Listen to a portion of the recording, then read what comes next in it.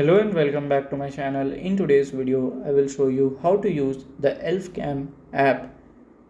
So let's get started. So to use that, it is very easy. First of all, you have to open your Elfcam. Okay, so here I will just search for the Elfcam app. So here you can see. So basically to use this app, it will ask for subscription and money, and you should have money ready.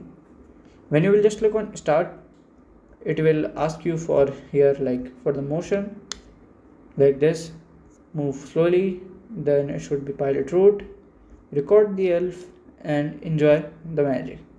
So just click on let's get started. So from here you can just pay and you can use it. So by this way you can do it, and if you have any question you can let me know in my comment section, and if you find this video helpful make sure you like, subscribe and share the video. Thank you for watching.